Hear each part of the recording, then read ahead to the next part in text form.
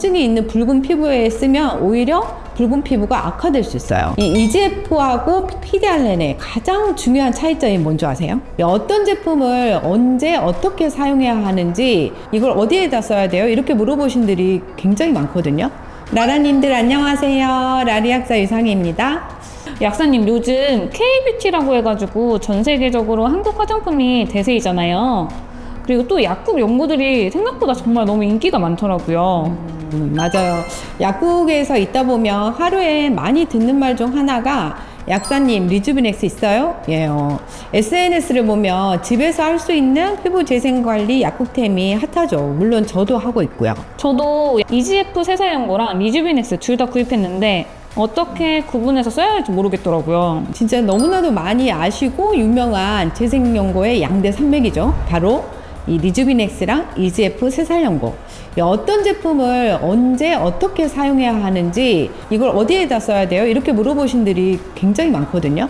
그래서 오늘 그 부분을 깔끔하게 정리해 드리도록 하겠습니다. 먼저 EGF는 에피더말 그로스 팩터의 약자로 상피세포 성장인자입니다. 쉽게 말해서 우리가 피부가 다쳤을 때 이 피부 세포 자체 내에서 이 EGF가 분비돼서 상처 치유와 피부 재생을 돕는 물질이에요. 그러니까 우리 몸에서 원래는 자생적으로 나오는 그 성분이라는 거죠. 게다가 EGF는 피부 장벽을 강화하고 이 콜라겐 합성까지 촉진해서 피부 탄력과 주름 개선 효과까지 있다고 알려져 있는데요. 최근에는 거기다가 이 멜라닌 색소 생성을 억제하는 효과까지 밝혀져 이 검은 반점까지 최소화할 수 있다고 합니다. EGF는 또한 1986년도 노벨 생리의학상을 받을 정도로 우리 몸의 다양한 세포 성장과 회복을 돕는 핵심 인자예요. 이 성장기인 10대까지는 체내 EGF 농도가 높게 유지돼요. 그런데 20대부터는 이게 급격히 감소하기 시작해서 30대부터는 유년기에 10% 이하로 떨어져요. 그러면 이제 그 이유 때문에 상처가 나도 나이 들면 젊었을 때처럼 빨리 회복되지 않고 쉽게 흉해진다거나 하는 피부 노화를 체감하게 되는 거네요. 맞아요. 그리고 EGF 세살연고는 이 화장품이 아니라 의약품으로 분류되어 있어요. 다음은 리주비넥스 크림. 바르는 리쥬란으로 제가 우리나라에서 제일 처음 리뷰를 해드렸고 그 엄청난 인기를 지금까지도 누리고 있는 제품인데요. 주성분인 PDRN은 정식 명칭이 폴리데옥시 리보 뉴클레오타이드, 연어 정자 DNA에서 추출한 핵산 조각으로서 이 조직 재생을 유도하는 활성 물질이에요. 우리 몸은 어딘가가 손상이 되면 이 회복되는 과정에서 이 핵산을 이용해서 조직을 복구해 하고 이게 명령을 내리는데, 이때 외부로부터 공급된 PDRN이 이 복구 과정을 촉진시켜줘요. 특히 이게 PDRN은 좀 어려운 이야기이긴 한데 피부에 A2A라는 아데노신 수용체가 있거든요. 요거를 활성화시켜요. 이 수용체가 활성화되면 이 세포 성장, 염증 완화, 상처 회복이 이게 동시에 일어나게 되는 거예요. EGF 세살연고처럼 리주비넥스도 의약품으로 분류가 돼 있거든요. 이 손상된 피부 조직을 회복시키기 위한 성분 기준, 농도 기준 이런 거를 충족했다는 의미이고, 또 임상을 통해 그 효과가 입증되기도 했어요. 그래서 그 요즘에는 미용 목적으로도 많이 쓰이지만 사실 이렇게 유명해지기 전에는 화상, 상처, 암 치료를 위한 방사선 시술후 재생 등 처방약으로도 굉장히 많이 나오는 의약품이었어요. 사실 리주비넥스의 정말 중요한 차별점은 이 염증을 진정시키면서 동시에 재생을 유도한다는 건데, 아시는 분들은 아시겠지만 보통 이 진정하고 재생은 서로 완전히 다른 영역이거든요. 그런데 리주비넥스는 PDRN 성분 자체의 특징으로 이 두 가지가 동시에 가능하다는 굉장히 좋은 장점을 가지고 있어요. 그래서 피부가 갑자기 예민해진다거나 뒤집어졌을 때, 또는 레이저 시술 후에 갑자기 엄청 화끈거리고 손상된 상태가 됐을 때 이 리주비넥스를 바르면 자극감이 진정되면서 피부 결이 빠르게 회복되는 것을 느낄 수 있어요. 굉장히 좋아요. 저도 최근에 레이저 후에 이 피부가 화끈거리고 완전히 뒤집어지고 피부가 되게 심각한 상태가 된 적이 있었거든요. 리주비넥스를 쓰고 효과를 진짜 많이 봤어요. 그래서 진짜 이 리주비넥스가 진정 효과뿐만 아니라 재생 효과가 엄청나구나 하고 실감했죠. 요즘에는 리주올, 피더링, 또 리주닉 이런 약국에서만 판매하는 PDRN 화장품이 나왔더라고요. 근데 이제 리주올은 완전히 에센스 제형이어서 실제로 발랐을 때 이 리주올만 발라가지고는 좀 검저한 느낌이 들어서 그 위에 크림을 더 발랐거든요. 이 리주올뿐만 아니라 다른 약국용 PDRN 화장품들도 지금 써보고 있으니까요.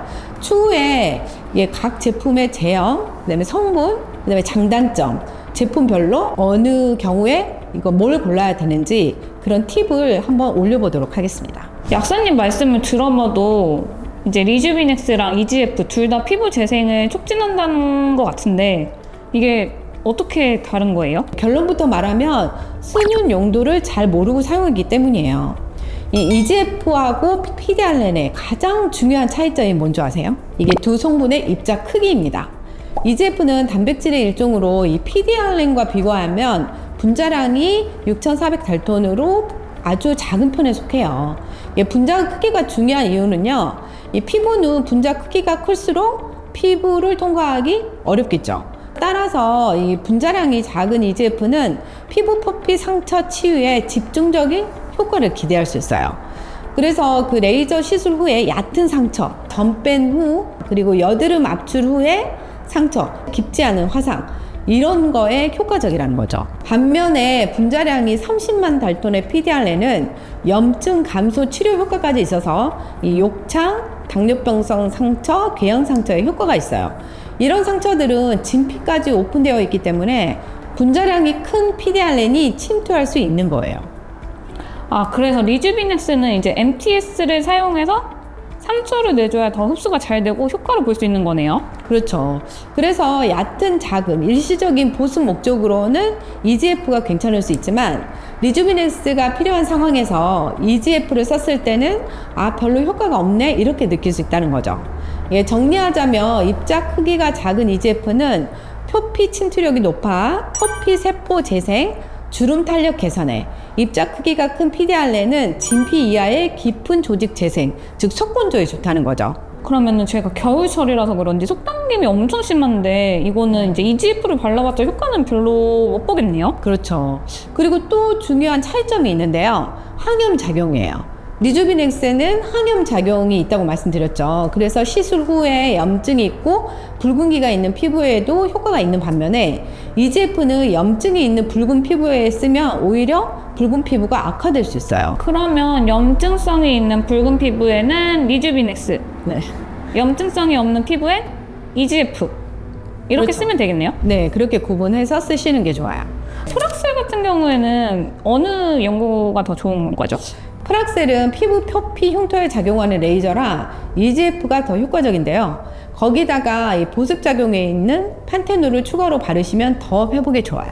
EGF 크림을 집에서 사용하는 크림이랑 같이 발라도 상관없어요? EGF뿐만 아니라 리주비넥스도 집에서 사용하는 크림과 같이 발라도 상관은 없습니다. 리주비넥스가 모공에 좋다는 말도 있었는데 이거는 어떻게 생각하세요? 이 PDRN이 직접적으로 모공을 줄여준다는 보고는 없는데요. 다만 콜라겐 생성을 도와주는 기전이 있기 때문에 간접적으로 도움이 될 수는 있지만 이 모공에 좋다고 하기에는 좀 무리가 있어요. 눈 밑 잔주름엔 두 연고 중에 뭐가 더 좋을까요? 개인적으로 눈 주변은 분자량이 적은 EGF를 추천드려요. 또 리주비넥스는 발라보신 분들은 아시겠지만 눈 안에 바르기에는 좀 뻑뻑한 느낌이 있거든요. 그러면 여드름 흉터 자국에는 어떤 걸 써야 될까요? 병원에서 여드름을 압출해서 이게 이제 움푹 파인 흉터를 예방하기 위해서라면 리주비넥스가 좋아요. 하지만 흉터가 이미 솟아올랐거나 이제 시간이 좀 지난 거죠. 그리고 착색이 됐어요. 그러면 더마틱스 울트라와 같은 실리콘 겔 연고와 이 헤파린 성분의 노스카나와 같은 흉터 연고가 더 효과적이에요. 그러면 혹시 EGF랑 PDRN 두 연고를 섞어서 발라도 되나요? 부작용이 생기진 않을 거예요. 섞어 바른다고 해서. 하지만 효과가 드라마틱하진 않거든요. 저 같으면 일주일에 3일은 EGF, 3일은 PDRN 이렇게 바를 것 같아요. 요즘은 피부 관리를 위해서 단순히 화장품이 아니라 유효성 성분이 확립된 일반 의약품을 찾으시는 분들이 많아요. 하지만 대웅제약에서도 동일하게 EGF를 사용한 화장품 라인인 이주류가 있고 파마 리서치에서도 리주더마라고 하는 의약 외품으로 출시된 크림이 따로 나와 있는 만큼 이게 무조건 의약품이 다 좋다는 건 아니니까요. 이게 목적에 따라 적절한 제품을 선택하시는 게 현명할 듯 합니다. 오늘 영상도 좋으셨다면 구독, 좋아요 부탁드리겠습니다. 감사합니다.